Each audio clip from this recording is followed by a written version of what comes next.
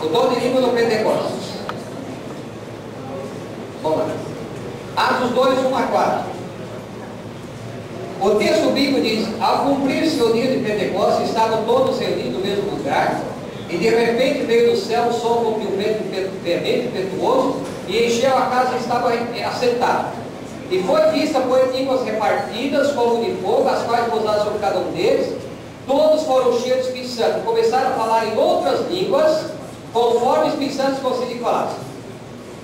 Como é gostoso, como é agradável, meus irmãos, a gente ler o livro de Atos dos Apóstolos, e a gente ler essas coisas. Todos foram cheios do Espírito Santo, todos foram batizados do Espírito Santo, todos foram ungidos do Espírito Santo, começaram a falar em outras línguas. Tá bem? Olha aqui. O que foi o Pentecostes? O Pentecostes, irmãos, era uma das principais festas judaicas, comemoradas 50 dias depois da festa de quê? Da Páscoa. Vamos lá. Nesse período, Jerusalém recebia uma quantidade enorme de religiosos, vindo especialmente, aliás, de várias partes do mundo. O evento tomou lugar mais ou menos 7 semanas após a crucifixão de Cristo e 10 dias após suas últimas promessas de poder e sua ascensão. Estou apenas historiando um pouquinho aqui. O Pentecostes foi, meus queridos, a autenticação do 120 como representante de Cristo, ou seja, o cumprimento da promessa do batismo do Espírito Santo, que havia sido profetizado pelos profetas, por João Batista e pelo próprio Senhor Jesus. Né? Ou seja, o Pentecostes foi a inauguração da nova dispensação do Espírito, entende? Como administrador permanente da igreja. Né? Até Cristo, o que aconteceu? A primeira dispensação. Depois de Cristo para cá, então o Espírito Santo administraria a igreja como administrador permanente da igreja. Né? Foi uma evidência de que a mensagem possuía aprovação, o selo de Deus. O Espírito Santo desceu no Pentecostes em forma de língua de fogo, para iluminar, para aquecer, para inflamar, para dotar a igreja de poder, tá certo? Eu poderia ficar aqui horas e horas contando histórias lindas e encantadoras, entende? A atuação do fogo do Espírito Santo, né? Ou seja, o dom do Espírito Santo, a igreja. Daí em diante, meus irmãos, amigos, o Espírito Santo deveria ser uma realidade na comunidade cristã. Não estou falando de igreja, fulana, cicrana, não. Estou falando da comunidade o quê? Cristã.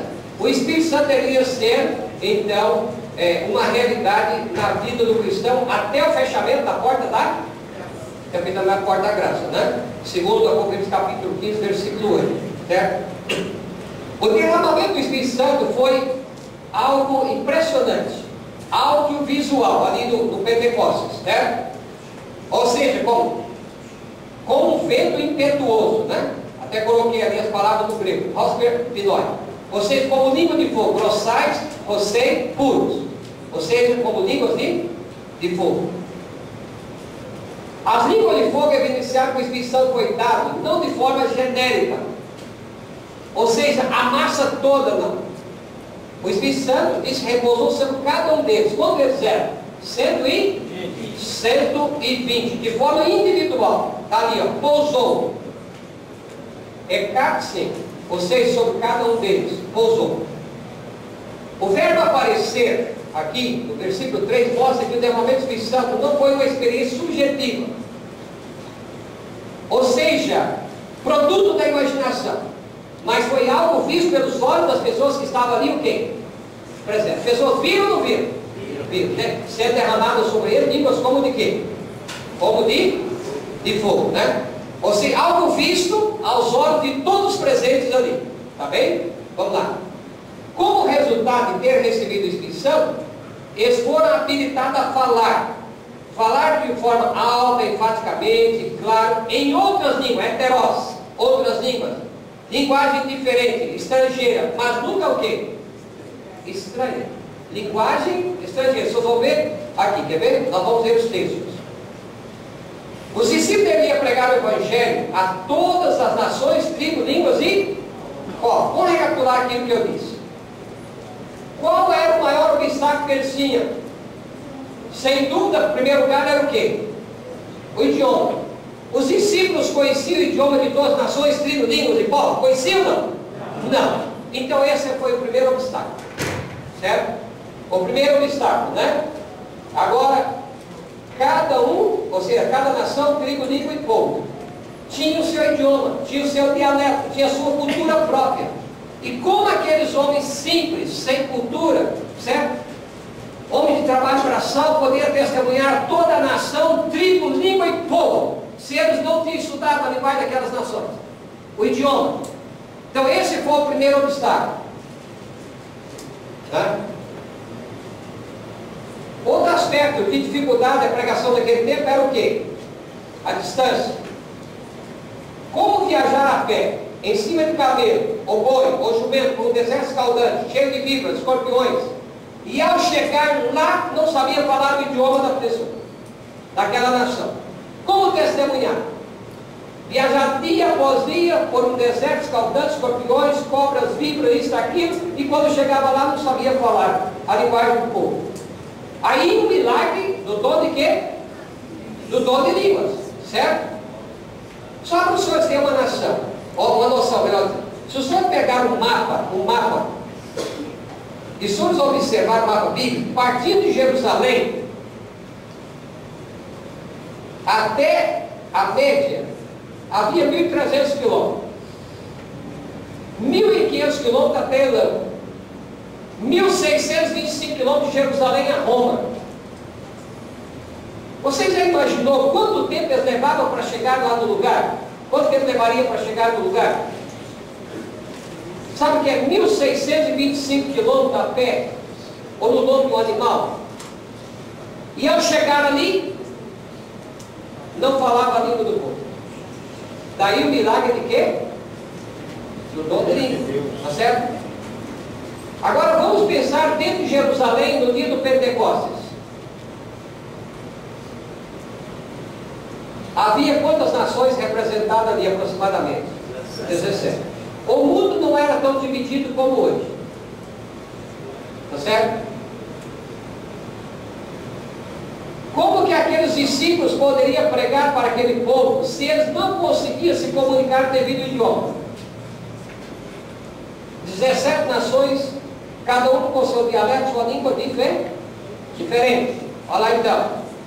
Daí o significado do dom de língua. Por meio do milagre operado pelo Espírito Santo, eles conseguiram pregar em outras línguas. Está bem? Ou seja, considerando a oportunidade, né, para anunciar a Jesus, o Espírito Santo capacitou 120 com dom de quê? De línguas. Está certo? A fim de que os presentes ouvissem falar em seus respectivos idiomas e dialetos. Agora, vamos lá, vamos para o texto bíblico agora. Confirmando isso aí. Quando, pois, se fez ouvir aquela voz, afluiu a multidão, que se possuiu de perplexidade, porquanto cada um os ouvia falar na sua própria língua, no seu próprio dialeto. Tá bom. Cada um ouvia na sua própria humanidade, ou seja, aquelas nações presentes ficavam perplexas, admiradas. Mas como nos ouvimos falar na nossa própria língua, nossa língua mãe, nossa língua pátria? Então eu pergunto aos senhores meus aí, o povo estava entendendo ou não? Que linguagem estava sendo falada ali? Era idioma ou era a grossolária? Olha aí o texto bíblico. Está certo? E como os ouvimos falar cada um na nossa própria língua materna. Se o japonês estivesse lá, ele ia ouvir na língua materna. Qual a língua materna do japonês? Japonês. Se o francês estivesse lá, ele ouvia na língua materna dele. Qual é? Se você estivesse lá, você ouviria na sua língua materna. Qual é? Então que língua foi falada no Pentecostes?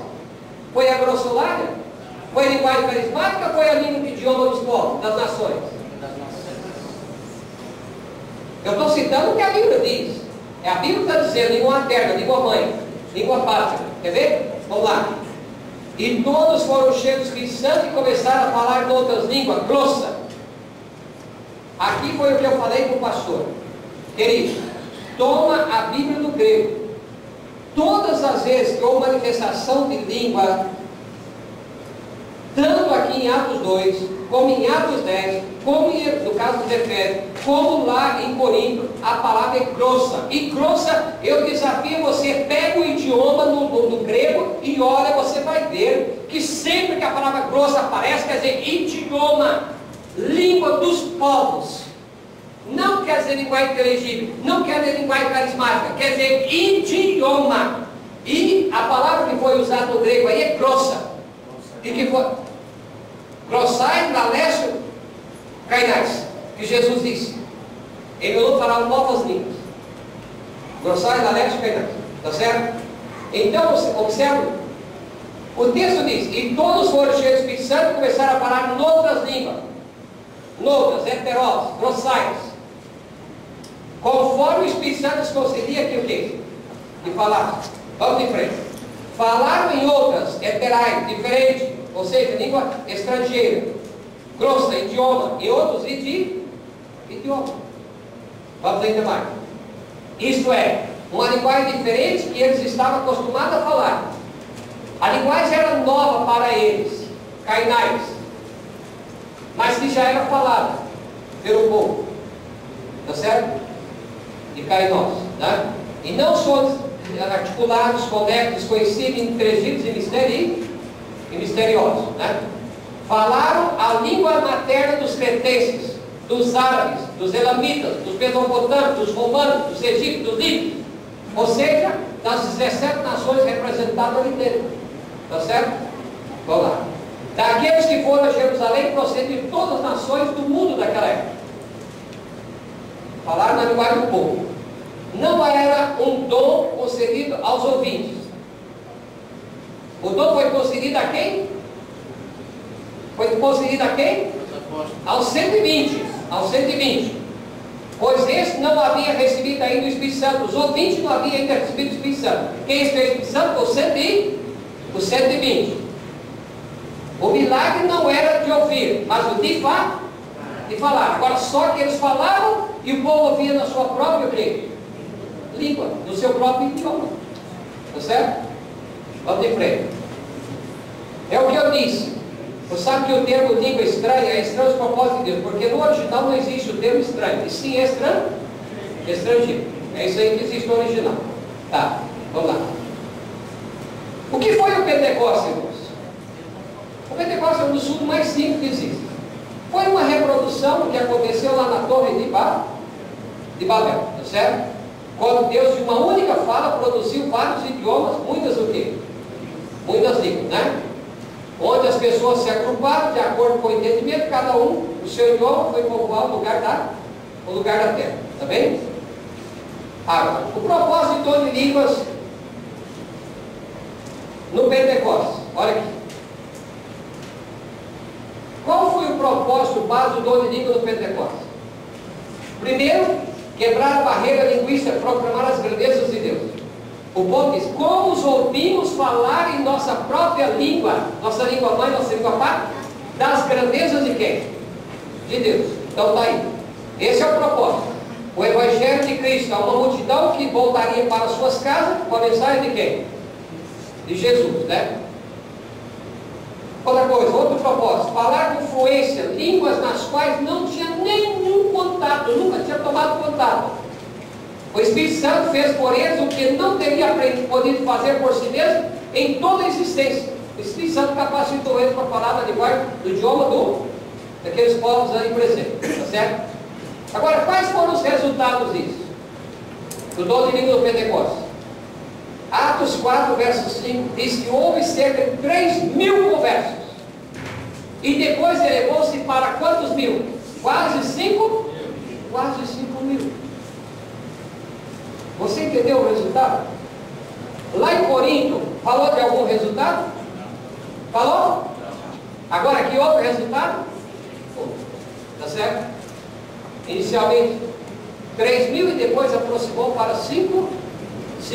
Resultado evangelístico, porque o dom de língua é para evangelizar. Agora eu pergunto a vocês, o que vocês acham? O Pentecostes foi algo só naquele momento, ou a bênção do Pentecostes permanece com a igreja? Permanece com a igreja. Permanece ou foi só naquele dia? Querido, está aí um texto. E os apóstolos continuaram com o dom daí por diante, facilitando o quê? O avanço da evangelização. Ou você acha que Deus é como uma criança que dá um presentinho para o coleguinha, para o irmãozinho, depois arrepende, chora e toma? Não. Querido, Deus quando doa, Deus quando abençoa, Deus abençoa na plenitude. Deus quando dá uma bênção, a bênção permanece. E Deus não abençoa com contra-gotas, não.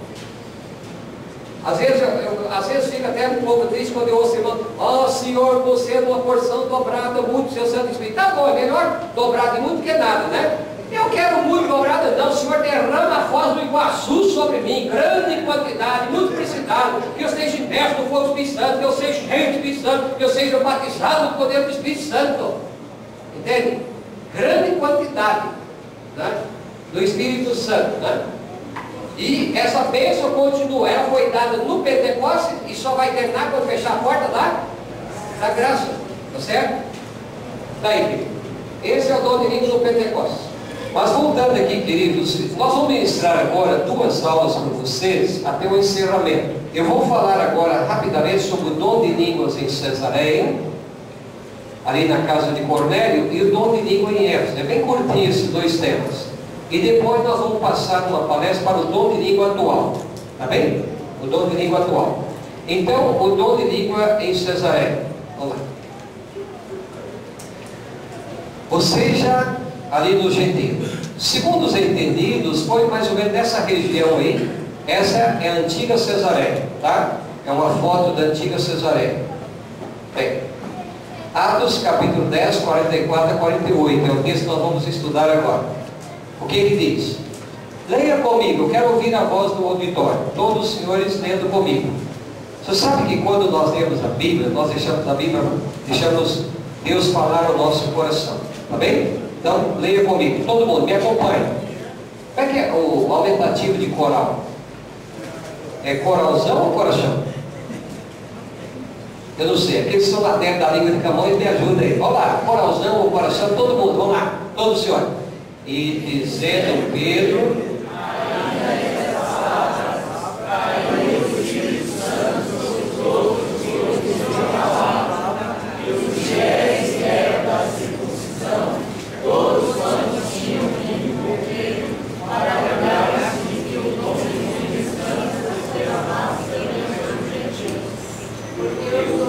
falar em línguas, magnificar a Deus.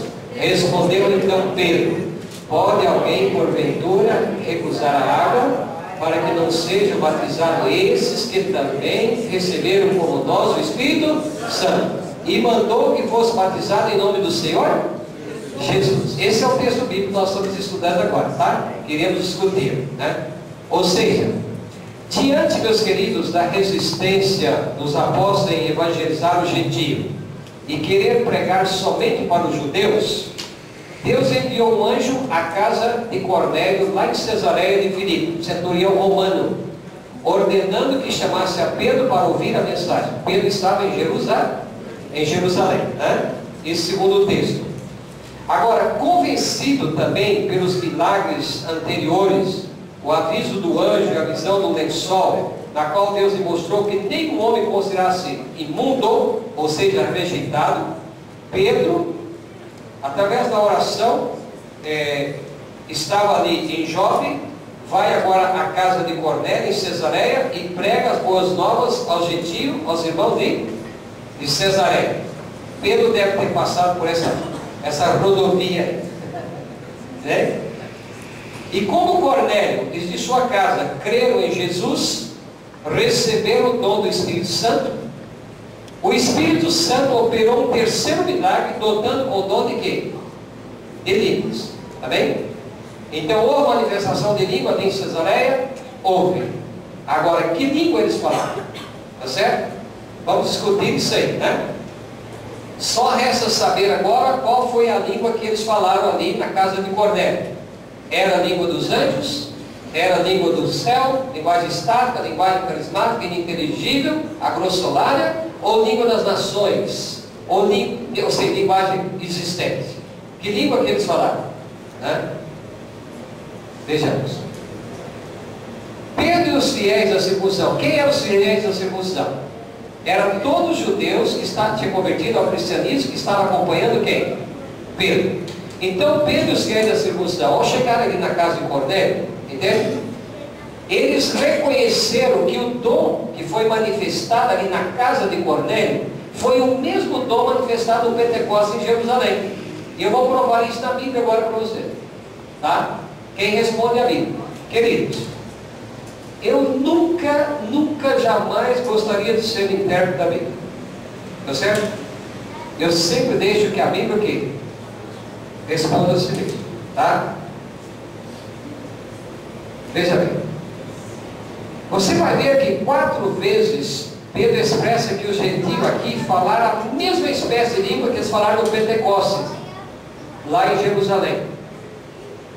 Vamos ver o primeiro, ou seja, texto. No próprio verso 47, Pedro confirma isso. Você quer ver? Olha aqui.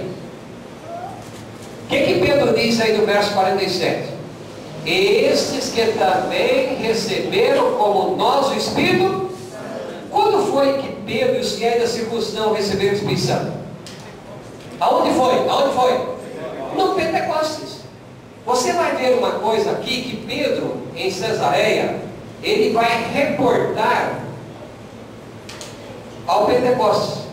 Ele vai dizer que o que estava acontecendo ali é o que aconteceu no Pentecostes. Veja, aí no verso 47 Pedro ele confirma isso. Esses que também receberam como nós o Espírito Santo. Agora veja no capítulo seguinte. Ele está falando aí no capítulo 10. Agora no capítulo 11, no versículo 15, ele confirma. Quer ver? Olha aí. E caiu sobre eles como também sobre nós no princípio. Quando é que o Espírito Santo caiu sobre Pedro e os fiéis da circuncisão no princípio? Que princípio? No Pentecostes. Você vai ver que o mesmo dom que aconteceu em Cesareia foi o dom que aconteceu aonde? No Pentecostes. Pedro confirma, caiu sobre eles como também sobre nós no princípio. Bem? Ainda no capítulo 11, agora não no versículo 15, mas no versículo 17, Pedro torna a afirmar: Deus lhes deu o mesmo dom, ou seja, vos cai remédio, que a nós. O mesmo dom. Qual foi o dom que Deus deu a Pedro e os fiéis da circuncisão? O dom de línguas. Quando? No Pentecostes. Querido, você não precisa ser um grande conhecedor da Bíblia para poder. Não. Basta você pega esses textos, esses 4 textos, e você memoriza. Para você provar para as pessoas que o dom que aconteceu aqui em Cesareia foi o mesmo do Pentecostes. E depois você vai ver que lá em Éfeso também foi o mesmo do Pentecostes. Não foi diferente. Certo? Vamos lá. Olha o capítulo 15, versículo 8. Agora já é o capítulo 15, verso 8 do livro de Atos. E Deus lhe deu o Espírito Santo, assim como também a nós. Quando foi que Deus deu o Espírito Santo a Pedro e os fiéis da circuncisão? No Pentecostes. Observe você que Pedro reporta 4 vezes aqui. Ele afirma que o dom que aconteceu em Cesareia era o mesmo que estava acontecendo, que aconteceu no Pentecostes. Tá certo? Agora, no Pentecostes, que língua eles falaram? Língua pátria, língua mãe, língua das nações. Linguagem em que nascemos, como dizem. É o texto sagrado. Vamos lá. Ele diz, no princípio. Que princípio? A resposta é óbvia, no dia do Pentecostes. E qual foi a língua falada do Pentecostes? Idioma, língua das nações. É o que eu citei aqui para o pastor, na hora, não sei se os senhores perceberam, estava assim um pouco tumultuado, mas é o seguinte, querido, todas as vezes que aparecem línguas aqui, seja em Atos 2, seja em Atos 10, seja em Atos 19, em Corinto, a palavra quer dizer grossa. E grossa você pode ir para qualquer dicionário do grego, significa idioma. Em lugar nenhum quer dizer linguagem inteligível, que é grossolária, linguagem estática. Grossa sempre quer dizer idioma. Idioma significa linguagem dos povos. Se fosse uma outra expressão, mas a palavra é grossa, tá? Então Pedro estabeleceu aqui, queridos, uma comparação entre a experiência de Cornélio e da igreja de Jerusalém no Pentecostes, né? Pedro está aqui se reportando a descida do Espírito Santo em Jerusalém ou no Pentecostes. Olha como ele diz: se Deus lhe concedeu o mesmo dom que a nós outorgou. Quando? No Pentecostes. Que dom? Dom de línguas. Certo? No Pentecostes. Tá. Interessante. Por que o texto diz o mesmo dom? Porque o dom foi o mesmo no Pentecostes. Idioma. E não língua dos anjos. Inteligível e compreensível. Grossolário. Tá? Vamos pensar um pouquinho agora. Cornélio havia convidado a todos que estavam sob as suas ordens de jurisdição para recepcionar a Pedro e os seus. Ou seja, seu servo, escravo, família, né? Familiares estavam todos ali para recepcionar Pedro e os seus. Havia entre essas pessoas da casa de Cornélio pessoas que não falavam o idioma de Pedro. Qual era o idioma de Pedro? O hebraico. O hebraico. Era mais, quem sabe é boa frase, era mais pela linguagem dos eruditos, do povão, era o hebraico. A linguagem comum do povão. Entenderam? O homem sim falava o quê? O hebraico, né? E Pedro pôde distinguir na reunião o seu próprio idioma, daí sua afirmação. Também receberam como nós o Espírito Santo. Interessante, Pedro falava uma língua, o hebraico. E Cornélio? Embora o pastor afirmou aqui que a linguagem corrente era o grego, não era o grego não, querido. Não era o grego não. A linguagem corrente do Império Romano era o latim. Cornélio não falava grego. Cornélio, os seus falavam o que? O latim, que era a linguagem corrente do Império Romano. Tá certo? Então, veja bem. Pedro, ali na reunião, ele falava o hebraico e ele pôde distinguir o seu próprio idioma. Observe como que ele afirmou isso. Também receberam como nós o Espírito. Olha, se Pedro não tivesse entendendo o que Cornélio e o Senhor estavam falando, Pedro iria falar isso? Ele iria expressar isso aí? Não. Certo? Vamos em frente. Que língua falava Cornélio e os seus? O latim. Língua corrente do Império Romano daqueles tempos. Agora Cornélio, além do latim, passou, entrou a falar o quê? O hebraico. O idioma de quem? De Pedro. E Pedro passou a falar o quê? Sem nunca ter estudado. Ou seja, o mesmo dom que aconteceu no Pentecostes, linguagem dos povos, linguagem das nações, idioma pátrio, é o que estava acontecendo. Pedro reportou ao Pentecostes e disse que o dom foi concedido, mesmo dom que a eles no Pentecostes. Tá certo? Agora, Pedro tinha uma língua que era o hebraico. E Cornélio tinha uma língua que era o quê? O latim. Nem Pedro tinha estudado o latim e nem Cornélio tinha estudado o quê? O hebraico. E o Espírito Santo foi derramado e eles falaram na linguagem um do outro. Tá certo? Foi o que aconteceu no Pentecostes. Lá em Atos capítulo 2, Jerusalém. Agora, aqui, parece que houve uma manifestaçãozinha em avessas. Ao contrário, assim, veja bem. Em Atos 2, no Pentecostes, os discípulos falavam na linguagem das nações. Quem falava? Os discípulos. Em Atos 10, em Cesareia, quem falou? Os gentios. Ou seja, Cornélio e os seus. Né? Agora eram judeus ouvindo os gentios, falando na sua língua. Foi só uma inversão, tá certo? Tá, vamos em frente. Vamos pensar um pouquinho. Sendo Cesareia uma cidade, residência de procuradores romanos, ou seja, uma grande metrópole, quase semelhante a Corinto também, na região da Judéia, um grande centro comercial no mar Mediterrâneo, na rota das grandes caravanas para o mundo todo, né? Entre Tiro, Egito, com muitos estrangeiros e línguas diversas. Agora, aquele grupo de crentes, ou seja, Cornélio e os seus, estavam capacitados, autentificados, com dom de língua, para evangelizar aquele povo, aquela grande cidade, ministrar o evangelho ali naquela região, né? Está bem. Isso foi em Cesareia. Agora vamos para o dom de língua em Éfeso. Tá certo? Veja bem. Alguns estudiosos que foi nesse local aí. Éfeso está em Atos 19. Agora uma coisa eu vou dizer para vocês, curioso. Se vocês estudarem a respeito dos dons espirituais em Corinto, dom de língua em Corinto, existem livros e livros. O dom de língua do Pentecostes, existe também uma infinidade de livros. Cesareia. Mas quando você chega em Éfeso, um dos melhores livros que eu já li até hoje sobre esse assunto, o professor Eleger Hassi, um grande teólogo, já hoje é falecido. É interessante, sobre Corinto ele cita uma infinidade de páginas, de capítulos, mais capítulos.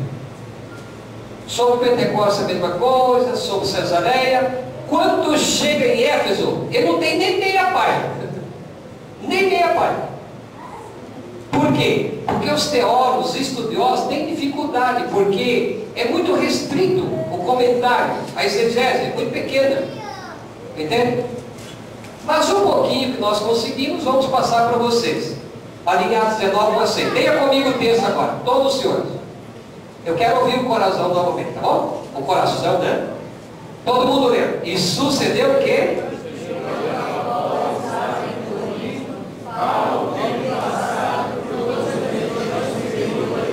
Chegou a Éfeso e achando ali alguns discípulos, deveis nós ao Espírito Santo quando Deus, e eles disseram, nós nem ouvimos que haja Espírito Santo.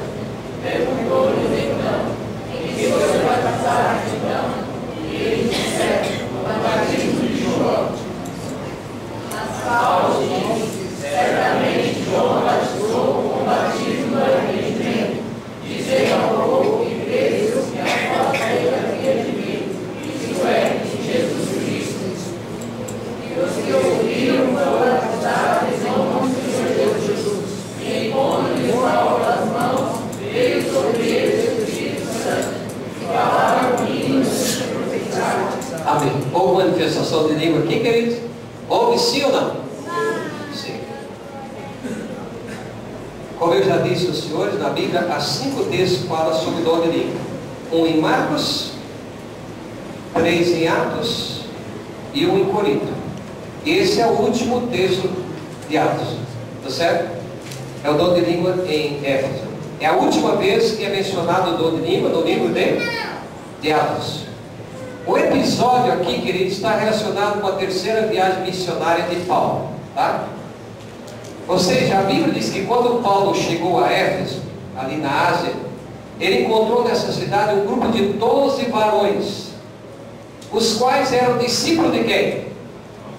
De João Batista. E havia sido batizado apenas no batismo de quem? De João Batista. Interessante. Vamos pensar um pouquinho em Éfeso. Essa é uma foto do grande anfiteatro de Éfeso, não? Da grandiosa Diana, né?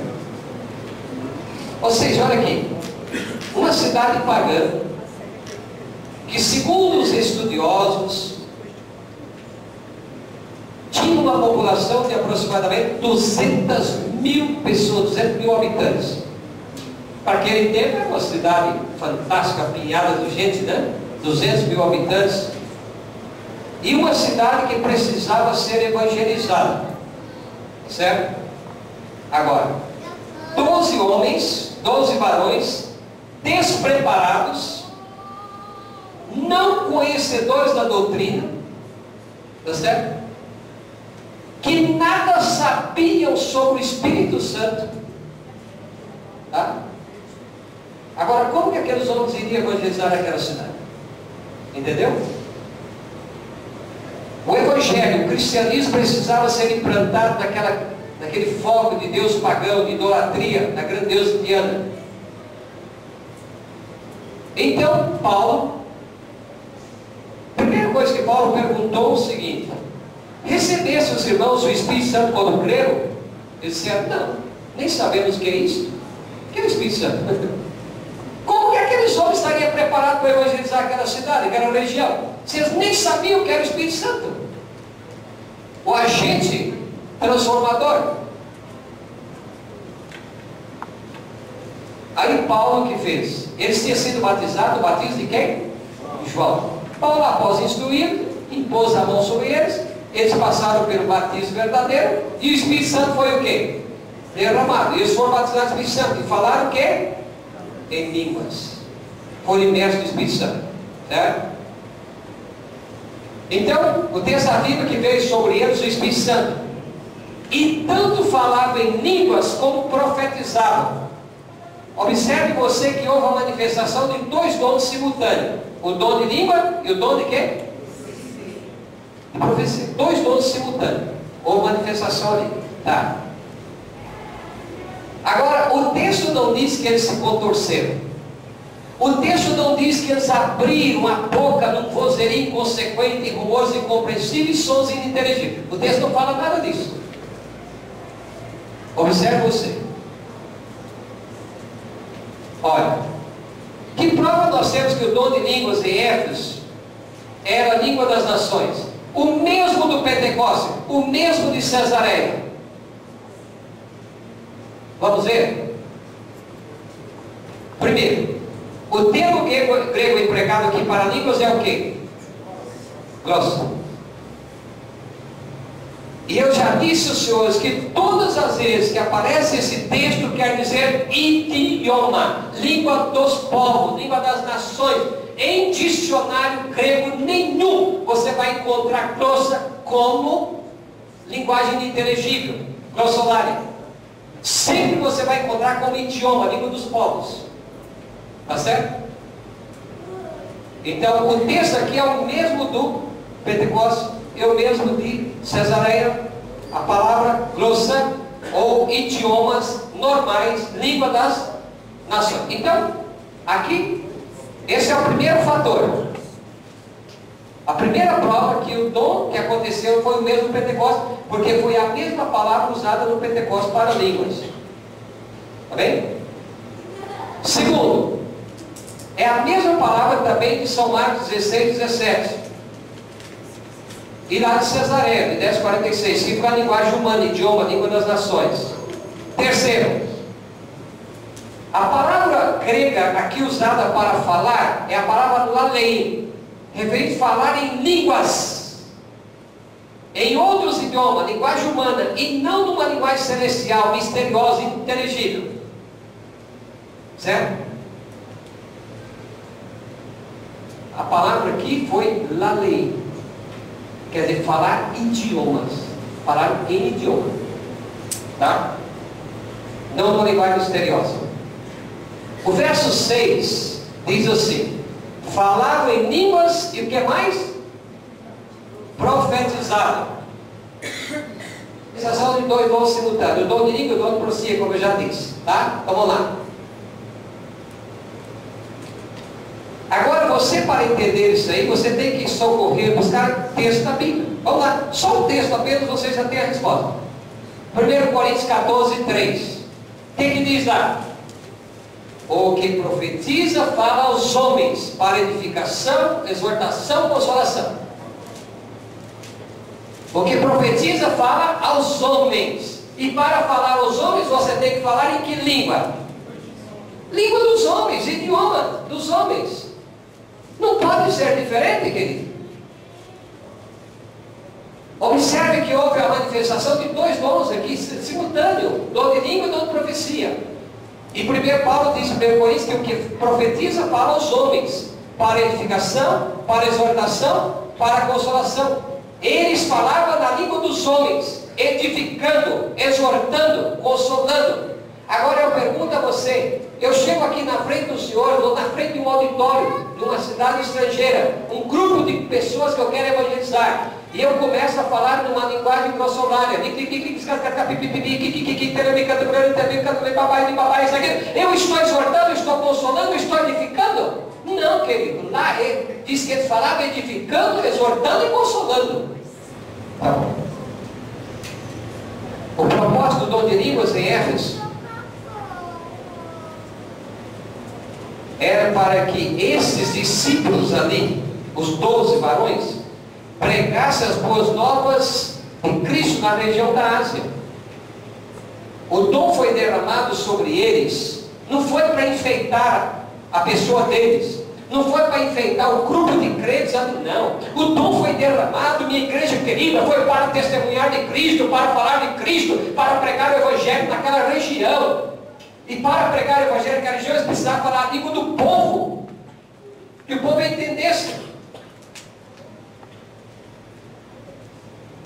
E o Espírito Santo foi derramado, e eles foram batizados para pregar as boas novas. O Espírito Santo capacitou aquele grupo de 12 cristãos a falar as línguas e idiomas dos povos da região e a profetizar também. Dessa forma, meu querido, eles estavam habilitados a trabalhar como missionários em Éfeso, circunvizinhança, em toda a Ásia, o quê? Enorme. Não tem muita novidade aqui, tá vendo? Queridos, dom de língua, biblicamente, é isso aí. Agora nós vamos para o dom de língua atual. Eu quero chamar a atenção para vocês para algumas coisas, algumas curiosidades. Às vezes as pessoas formam um celeuma, uma tempestade a respeito do dom de língua. Acerca dos dons espirituais, não quer, irmãos, que sejais o quê?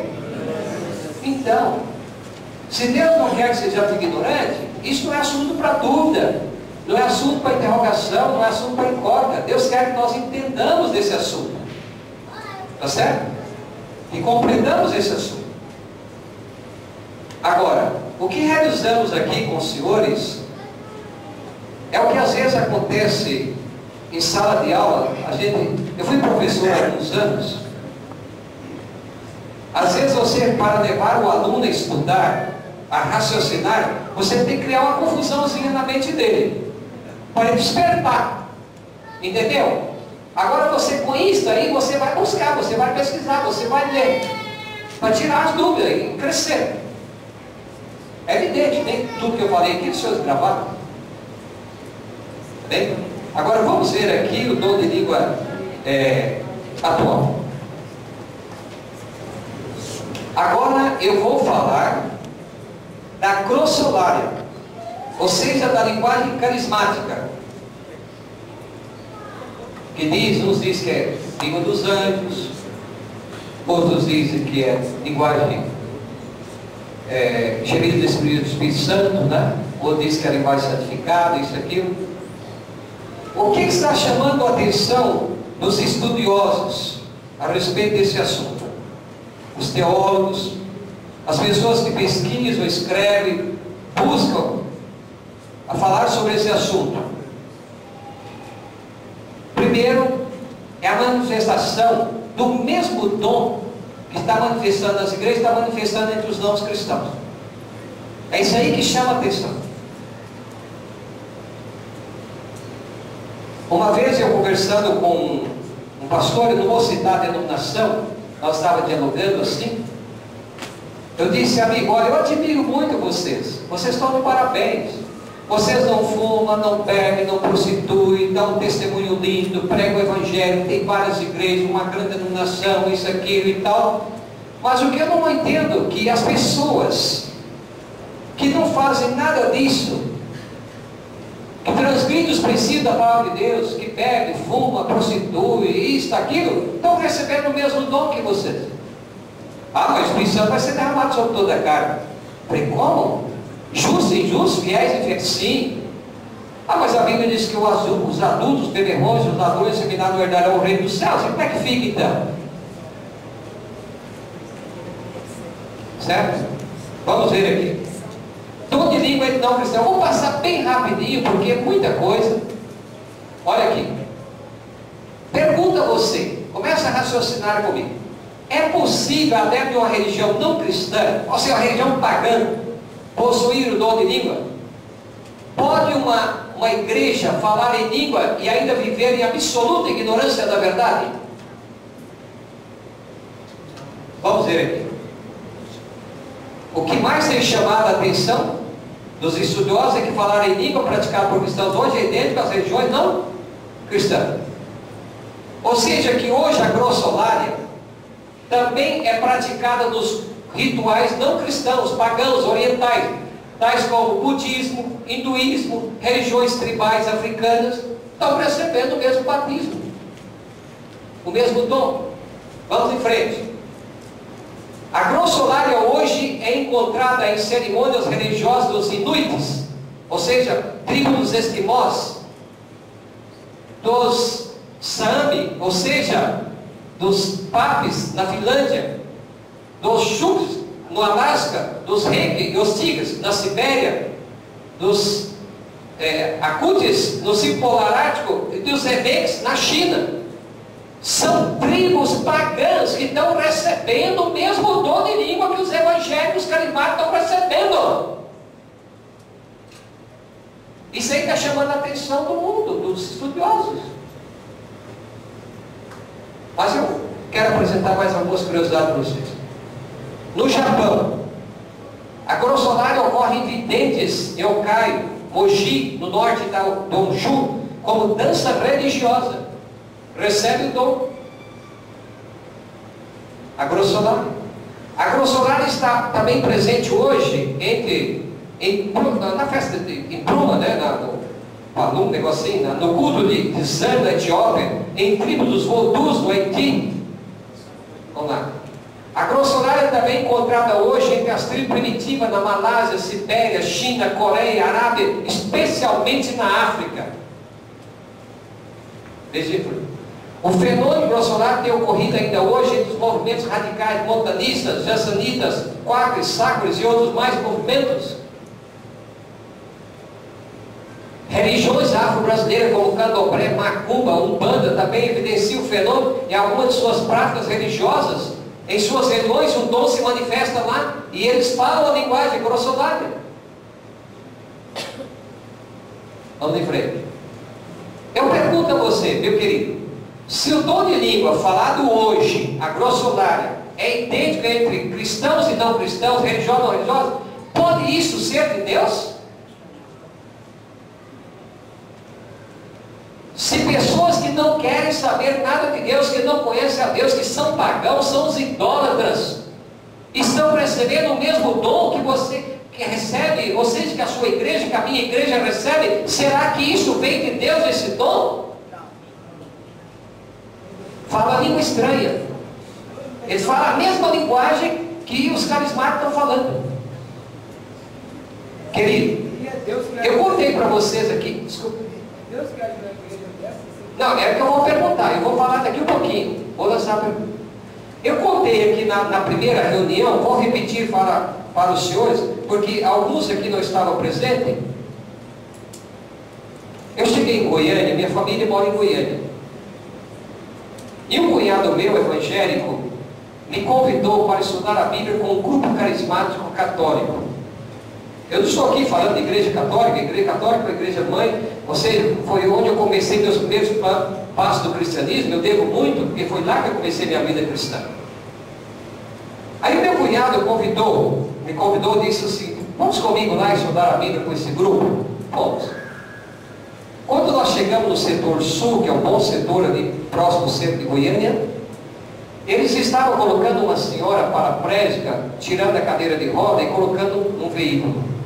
Aí alguém disse: olha, seu Rubens, o programa hoje, o culto não vai ser aqui, vai ser lá no setor oeste, na casa do fulano. Aí nós fomos para lá.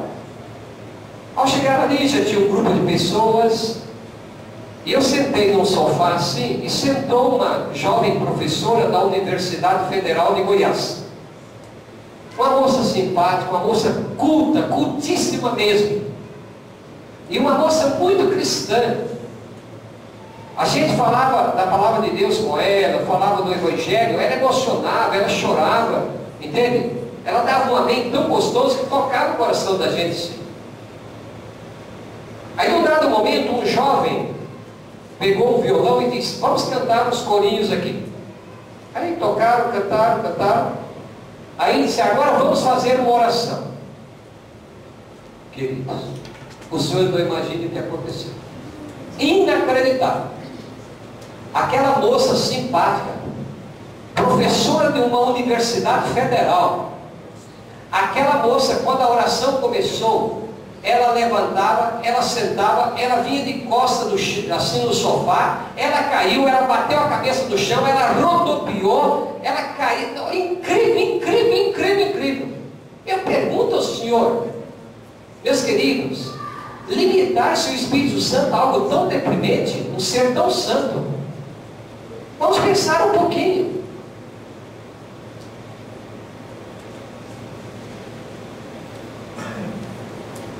Ora, se o dom de língua moderno tem origem no Espírito Santo, como pode ser praticado por religiões pagãs, pessoas não cristãs, adoradores de ídolos? Tá, vamos em frente. Se o dom de língua falado hoje vem do Espírito Santo, então por que entre os carismáticos protestantes não existe uma unidade de doutrina?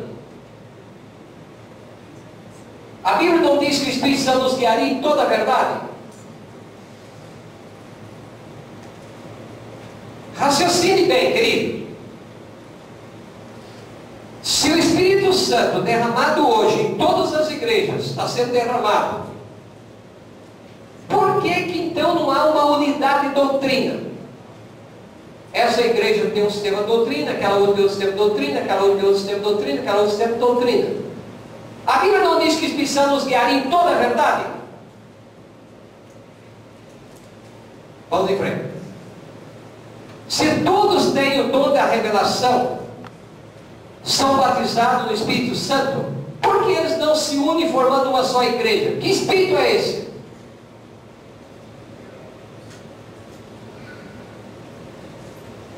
Por que certas denominações possuem o mesmo dom de língua e suas doutrinas são totalmente diferentes? Que Espírito é esse? Vamos em frente.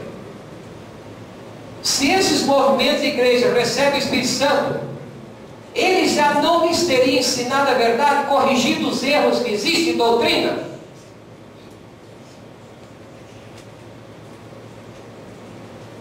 Ou você crê que falar em línguas é muito mais importante do que corrigir os erros doutrinários? Você crê que falar em língua é muito mais importante do que a doutrina?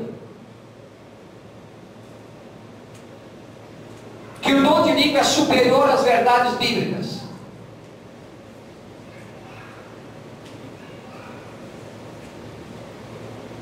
Vamos a alguma justificativa, apoio para as religiões, as reuniões barulhentas que existem. Vamos lá. Eu vou apresentar bem rapidinho, não vou apresentar tudo, porque acho que o tempo não permite. Justificativa que a pessoa usa para argumentar que o culto deve ser barulhento. E eu vou mostrar do outro lado. Por que não deve ser barulhento? Tá? Vamos lá, primeiro justificativo. As pessoas dizem, olha, se a vozeria de uma multidão glorificando a Deus constitui escândalo, convém o irmão mandar arriscar o seu nome do livro da vida.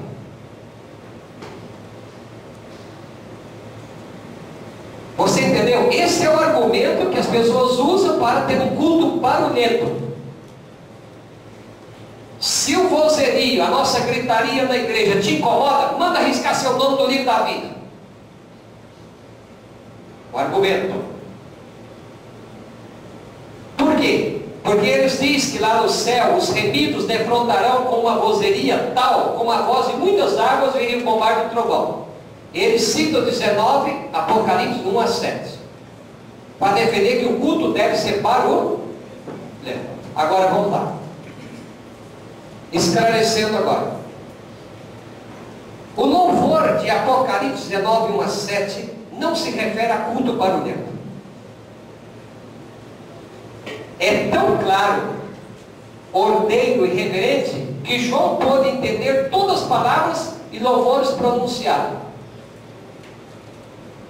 O texto fala de uma voz potente, de uma voz altissonante, de grande volume, que era a voz de quem, querido? A voz de quem?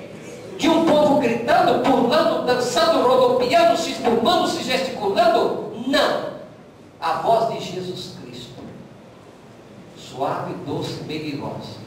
Que ao ser falada, soava como a voz de um trono profundo, a ponto de rebombar as arcadas celestes, e não de pessoas gritando. Vamos em frente.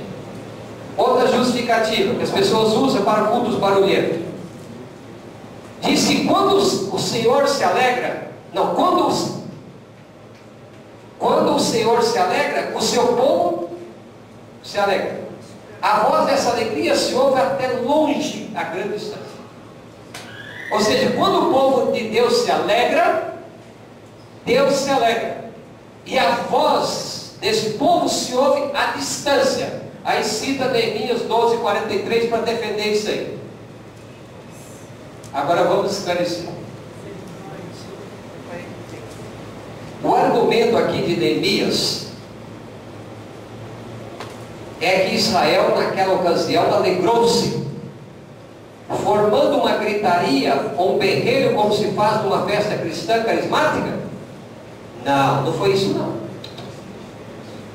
Não foi gritando, não foi dançando, não foi pulando. Ao contrário, foi cantando, louvando e tocando salmos e versos da Bíblia. Está o texto bíblico aí, está confirmado. E não gritando, pulando, dançando e rodopiando. Outra coisa, não foi no templo também, na igreja. Outra justificativa, que usa para cultos barulhentos. Eles dizem que aqueles que se escandalizam com nossos cultos barulhentos estão fazendo o mesmo que fizeram os fariseus no dia de Jesus. Querendo dizer que nós somos fariseus, estamos nos escandalizando com os cultos barulhentos. Estão fazendo a mesma coisa que os fariseus fizeram no dia de Jesus. Esclarecendo agora.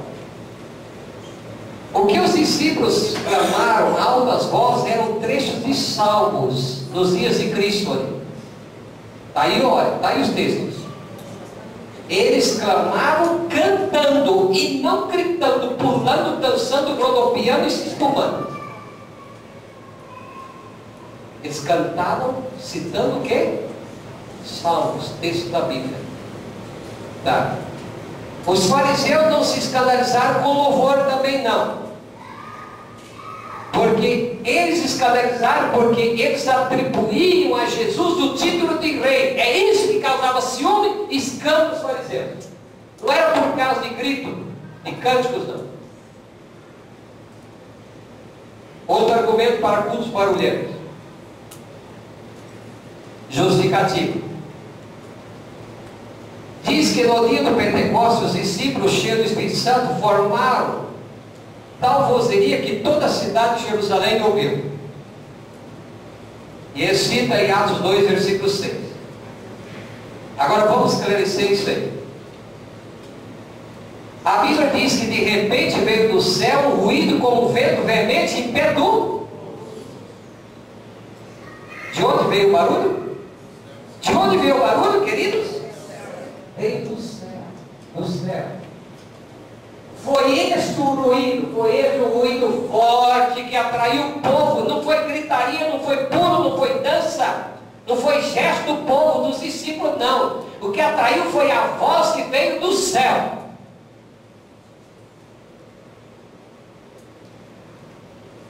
Certo? Vamos em frente.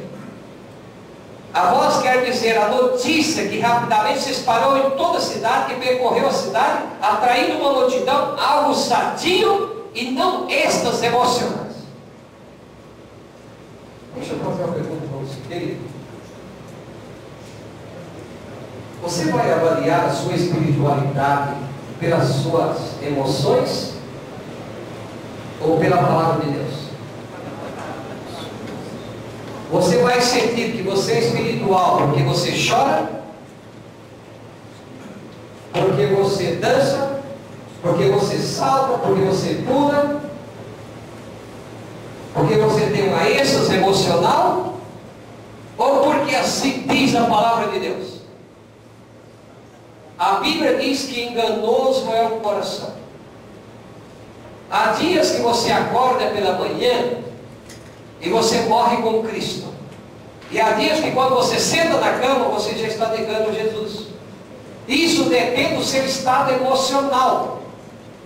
Enganoso é o coração. Nós nunca podemos avaliar a nossa vida espiritual, a nossa espiritualidade pelas nossas emoções. Mas por assim diz a palavra de Deus. É fácil apelar para as emoções. Você sabe que um líder que tem experiência, eu chamaria aqui o irmão Isaac, aqui na frente, numa salinha ali em particular, e falo para ele: irmão Isaac, marca no seu relógio, de 5 a 8 minutos eu vou fazer esse auditório inteirinho chorar, e eu consigo fazer você chorar. Sabe por quê? Porque eu vou mexer com as emoções de vocês. Eu vou trabalhar com as emoções. Eu vou começar contando algumas histórias drásticas, tristes, e vou trabalhando com as emoções, e vou dramatizando, daqui um pouquinho todos os senhores estão aí chorando. Mas enganoso é o coração. Você nunca pode avaliar a sua espiritualidade, entende? Porque você chora, porque você emociona, porque você sentiu uma êxtase, isso, aquilo. Mas por assim diz a palavra de Deus. Vamos em frente. Outro argumento para cultos barulhentos.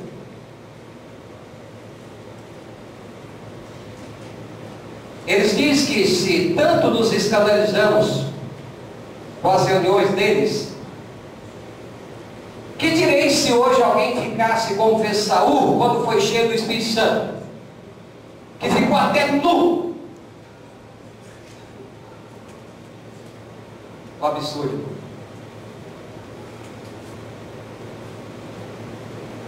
Quer dizer que para ser batizado, sendo que seja batizado no Espírito Santo, pode ficar até nu.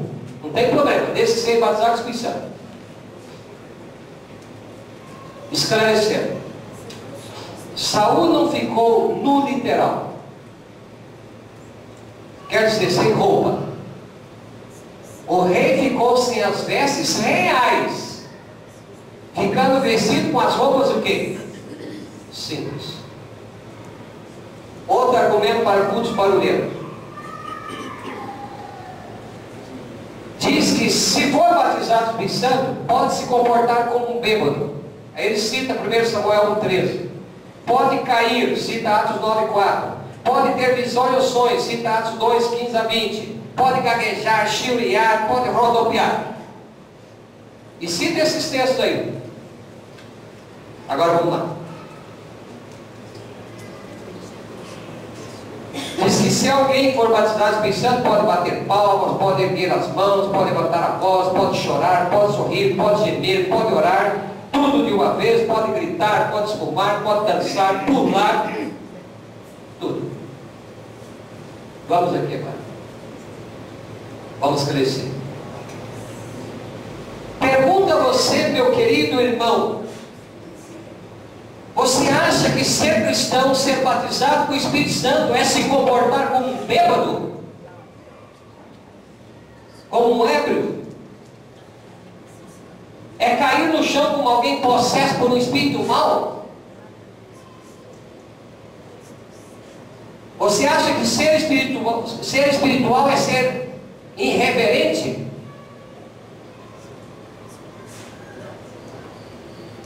Querido, ser espiritual é ser reverente, é estar a sós com Deus, é ouvir a voz de Deus, é conhecer-se a si mesmo com profunda indignação do coração. Apesar de todas as suas fraquezas, apesar de todas as suas deficiências, mesmo que você esteja nadando no pecado, lá no fundo do poço, mas você olha para Jesus Cristo e diz: eu posso tudo naquele que me fortalece. Ser espiritual é ver a mim como Jesus me vê. É ser eu mesmo diante da igreja, diante da família, em qualquer lugar. É uma coisa. Você sabe, eu tenho 31 anos de ministério. Renunciei a um aconchego de uma família muito querida. Nós somos 11 irmãos, sou o único que mora fora. Renunciei a uma universidade, segundo ano de matemática, era professor, tudo por amor a Cristo. Abracei a fé, Deus tocou no coração, deixei tudo, fui para Pernambuco cursar meu teológico, uns 4 anos teológico. Ingressei no ministério na ilha do Bananal, no meio dos índios de Carajá. Pastorei ali 8 anos. A maior parte em cima de uma bicicleta, porque não tinha carro. Em cima de caminhão tanque de gasolina, carroça, trator, atravessando o rio na corda. Tudo por amor a Jesus. Mas nada disso me fez pastor. Fundei uma infinidade de igrejas, você pode dizer cidade mais cidade. Mas nada disso me fez pastor. Não foi teologia que me fez pastor, nem dificuldades. Já fui empurrado, já me fui ameaçado de morte, já escarraram, cuspiram no meu rosto. Mas nada disso me fez pastor. Você sabe o dia que o pai me sinto pastor? É aquele dia que a minha filha vai prestar um concurso, um vestibular, e ela chega até mim e olha com os olhinhos lacrimejando e diz: papai, faça uma oração comigo.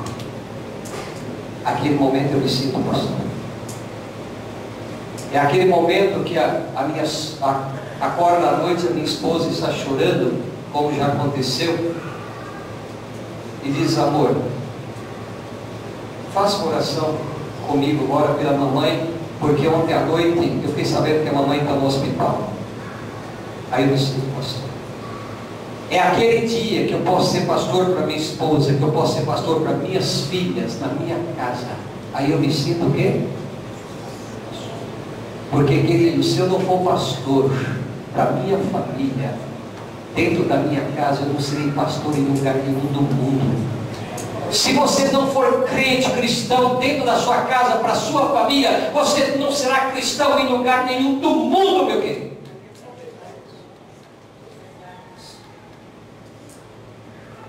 Ser espiritual, querido, é ser reverente, é estar a sós com Deus, nas caladas da noite, nas madrugadas. Você sabe que eu tenho lido a minha Bíblia, grande parte da minha vida, às altas horas da madrugada, a sós com Deus no escritório. Às vezes eu fico pensando, eu tenho filha casada, já tenho neto. Se as minhas filhas hoje vissem o papai sem a Bíblia na mão, acho que elas iriam estranhar, porque nasceram vendo o papai com a Bíblia na mão, às caladas da noite, da madrugada, a sós lá no escritório, de joelho com Deus. Isso é ser cristão, querido, é ser reverente, é estar a sós com Deus, é ouvir a voz de Deus, é conhecer a si mesmo como Jesus lhe conhece. Apesar de todas as suas fraquezas, você saber tudo eu posso naquele que me fortalece, naquele que me fortalece. Onde diz na Bíblia que chorar, pular, dançar, gritar, berrar, espumar, chorar é espiritualidade?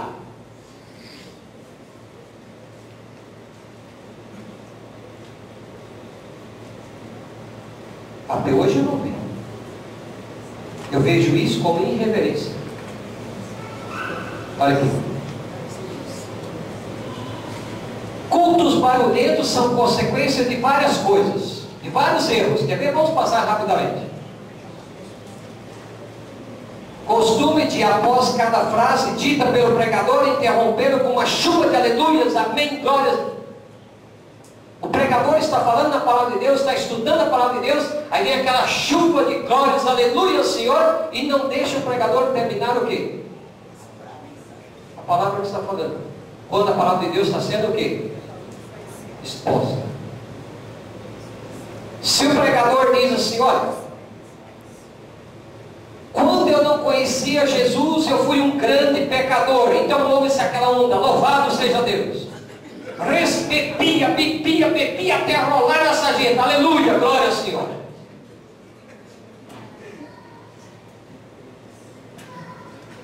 Olha aqui. Se ele diz, a meu tempo de descrente, eu fui um desgraçado, eu fui um miserável, eu fui um drogado. Aleluia, glória ao Senhor. Eu era um alcoólatra, um péssimo filho, um péssimo pai. Glórias a Deus. Não é isso que acontece às vezes em grande parte? É uma chuva de aleluias e glórias, de louvores, fora do contexto. Vamos lá. O que é que Jesus disse em Marcos 6, 7? E orando não usei de vãs repetições, como o gentio que pensa que por muito falar serão o quê? Ouvidas. Querido, se eu começo com uma série de expressões, como eu já disse, o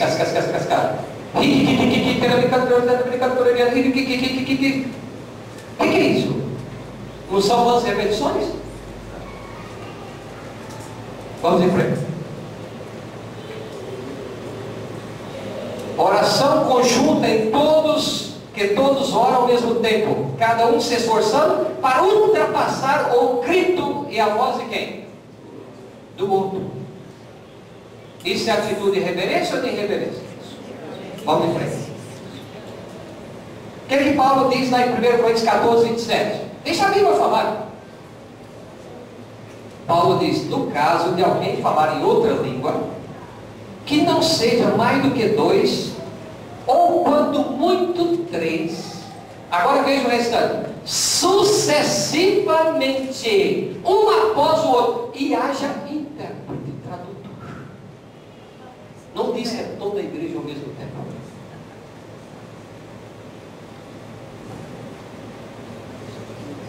Paulo ainda diz, se porém vier revelação a outro que esteja sentado, cale-se o primeiro.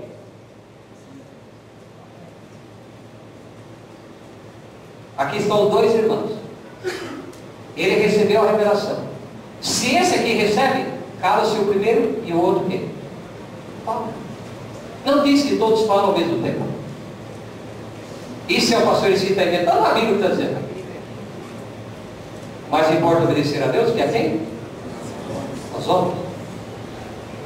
Vamos em frente. Paulo diz, se bem disseres apenas em espírito com a mente, como dirá o indouto amém, depois da atuação de graça? Visto que ninguém entende o que diz. Ou seja, a Bíblia diz que ao meio-dia, Elias zombava deles dizendo, clamai em altas vozes, porque ele é Deus, pode ser que esteja meditando, ou atendendo às suas necessidades, ou de viagem, ou dormindo, quem sabe ele despertará. E eles clamavam em altas vozes, e se reparavam com faca e com lanceta, segundo o costume, até derramar o quê? Sangue. E Deus não respondeu. Às vezes hoje estão procedendo como os profetas de Baal, de Azera. Entende? Como se Deus fosse surdo, como se Deus estivesse ausente, ou fosse um Deus que fosse tipo ser humano, tivesse a atender suas necessidades fisiológicas.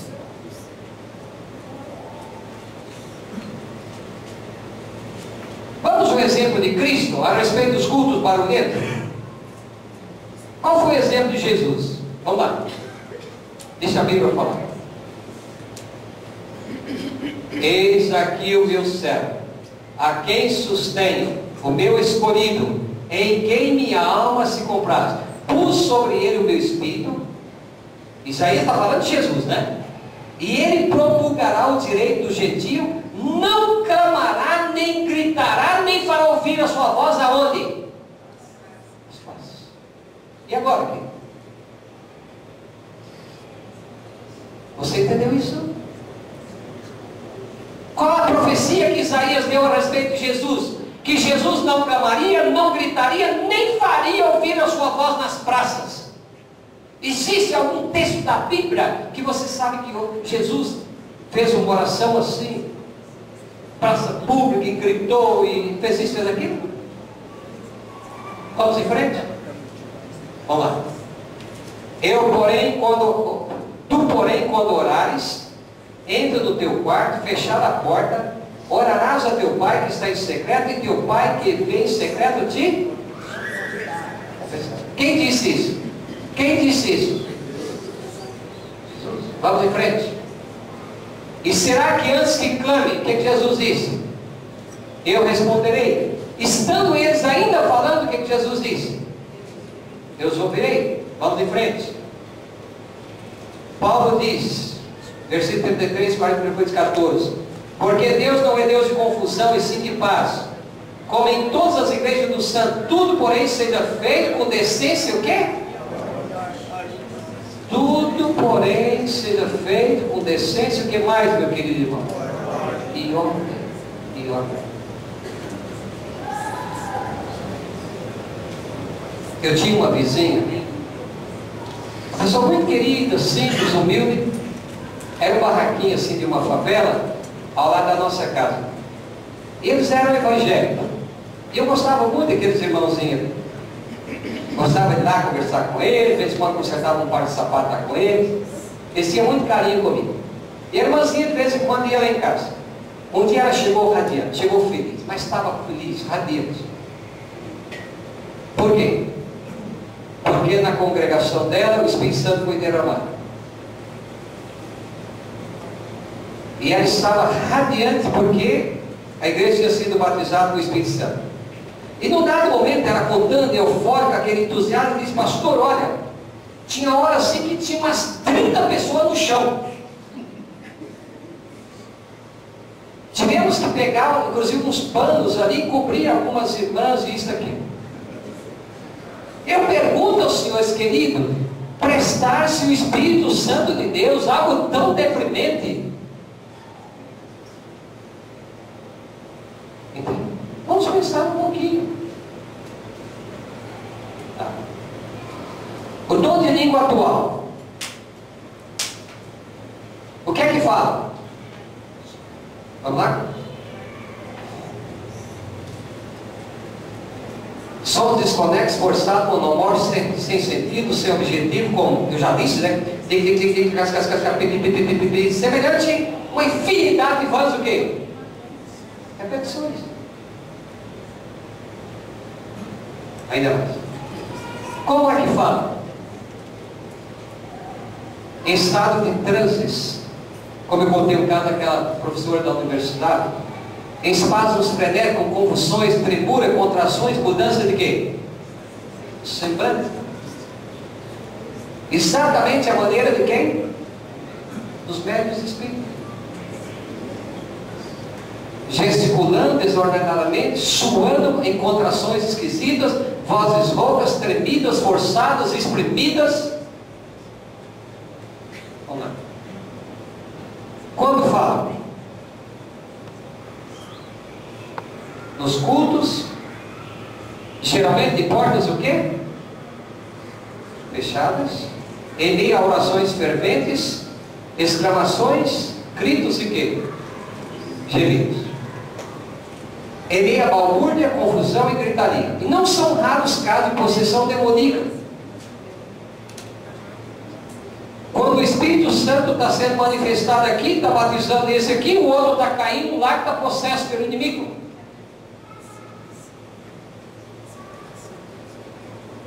Irmãos, amigos, prestar-se o Espírito Santo algo tão deprimente.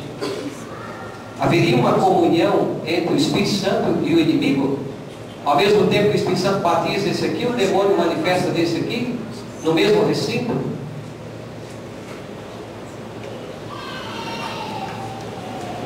Por que falo, hein?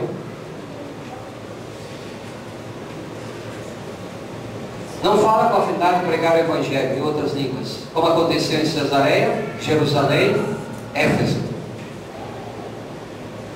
como no Pentecostes, mas em grande parte para exibir o suposto quê? Vocês lembram que eu disse na aula sobre o batismo do Espírito Santo? Aqueles que estiveram aqui, eu fiz uma pergunta. A pergunta foi assim: qual é a maior evidência que nós somos batizados com o Espírito Santo? É quando falamos língua? É quando profetizamos? É quando realizamos cura, milagres? A Bíblia não diz isso. A Bíblia diz em 1 João, capítulo 3, verso 22 a 24, que tudo que nós pedimos a Deus, de Deus nós recebemos. Por quê? Porque falamos línguas? Não. Porque rezamos cura? Não. Porque rezamos milagre? Não. A Bíblia diz: porque guardamos seus mandamentos, fazemos diante de Deus que é agradável. Eu busquei na internet, eu não especifiquei o nome de nenhuma igreja, só pus umas iniciais aí. Alguns dons de língua que existem por aí. Olha aí.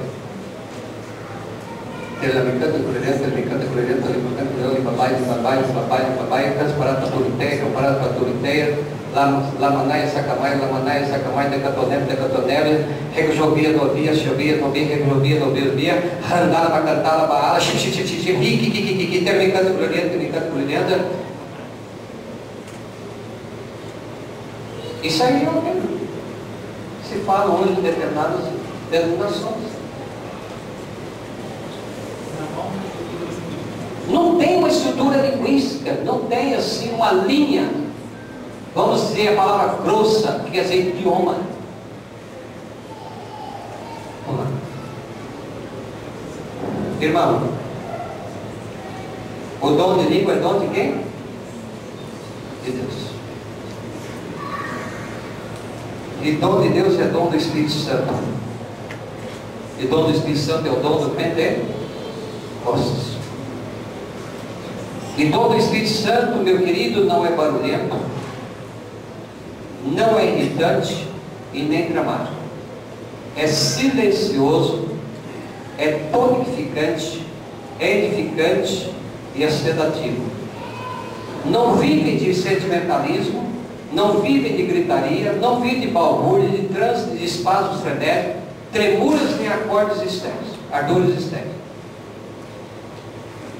Saiba você, meu querido, que hoje, se fechada toda a sociedade bíblica, impossibilitando traduzir a Bíblia para outras línguas, se fechada todas as universidades, colégios e escolas, onde se prepara a pessoa para aprender línguas estrangeiras, Deus voltará a repetir o poder do Pentecostes e a última alma será divertida no breve regresso de quem? De Jesus. Agora eu repito aos meus irmãos queridos: respeito a denominações de todos os tipos, assim como os seus respeitam a mim.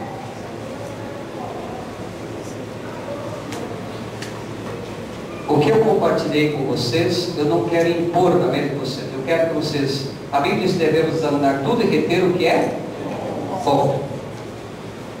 Esse é o nosso desejo. Até agora não falei em nome da minha igreja para vocês, não convidei vocês para ir para a minha igreja, que não é meu objetivo. Meu objetivo é estudar a palavra de Deus. Bem? E que Deus abençoe você, a sua igreja e o rebanho do Senhor.